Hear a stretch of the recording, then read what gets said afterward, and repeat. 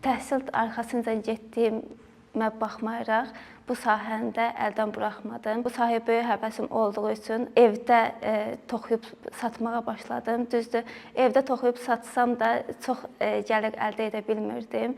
Nənəm toxuyurdum, toxumağı da mənə öyrətdi. Daha sonra belə bir yerin açıldığını öyrənəndən sonra daha da həvəsə düşdüm. İlk öncə burada qabalinlə başladıq.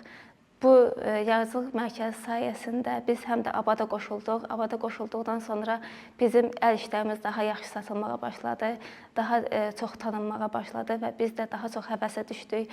Bu dövrlərdə ən çox tələbat olan uşaqların sevdiyi personajlar deyim, onlara daha çox üstünlük veririk ki, həm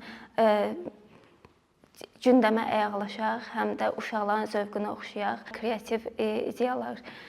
Düşüncə tərzi düzdür, önəmlidir bu sahədə.